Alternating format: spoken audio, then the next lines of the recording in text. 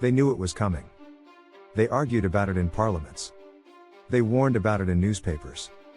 They predicted it in private letters. And still, they let it happen. This war didn't begin with screaming crowds or blind hatred. It began in quiet rooms, with confident men saying, "Nothing will happen. Just a bluff. They'll back down."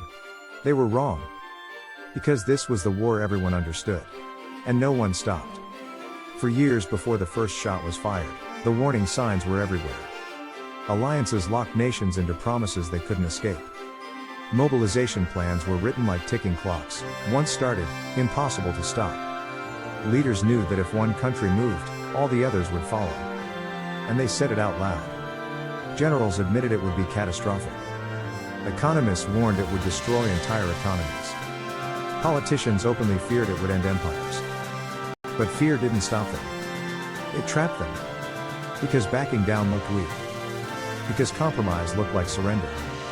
Because pride mattered more than people. One assassination lit the fuse, but the bomb had been built years earlier. An ultimatum was delivered, deliberately impossible to accept. Deadlines were measured in hours, not days. Diplomacy became a performance, not a solution. Everyone waited for someone else to be the adult in the room. No one was. Mobilization orders were signed just in case.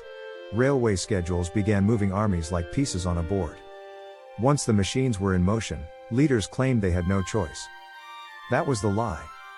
They always had a choice, they just didn't like the cost of peace. Because peace required compromise. Peace required humiliation. Peace required saying, "We were wrong." War didn't. War offered clarity. War offered unity. War offered an enemy to blame. So they chose it. And when the first shots were fired, many believed the war would be short. Home by Christmas, they said.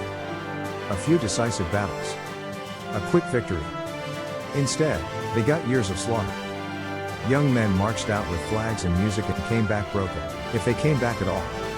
Industrial weapons met 19th century thinking. Machine guns cut down entire regiments in minutes. Artillery erased landscapes that had existed for centuries. This wasn't heroic warfare. It was mechanical death. Trenches became graves.